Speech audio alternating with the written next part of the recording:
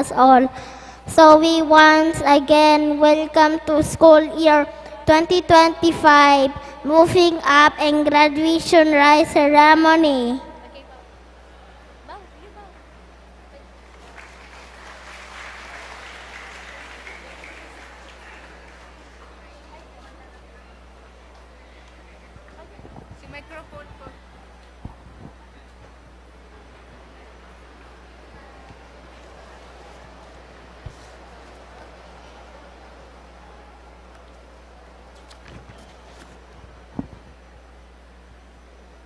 Dr. Ida P. Osea,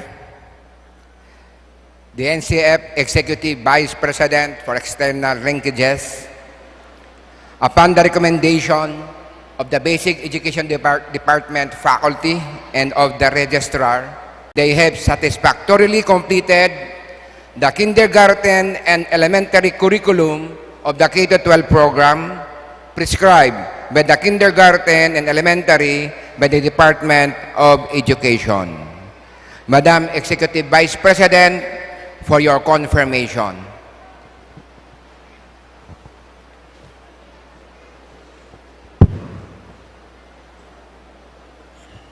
By the authority and power vested by the Board of Trustees on the President of the Naga College Foundation, and having been presented by the Principal of the Basic Education Department that you have satisfactorily completed all the requirements for kindergarten and elementary as prescribed by the Department of Education under the Basic Education K-12 program, I, on behalf of the President, hereby confirm you, kindergarten completers and elementary graduates of Naga College Foundation Incorporated for school year 2024-2025.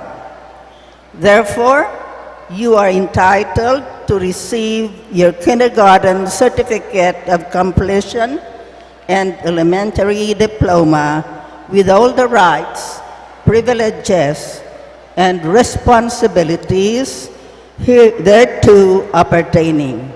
Congratulations.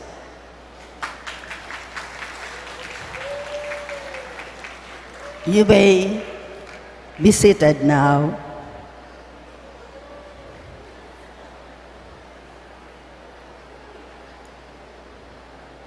Esteemed Speaker, Ms. Angelica S. Xiao-Pasha,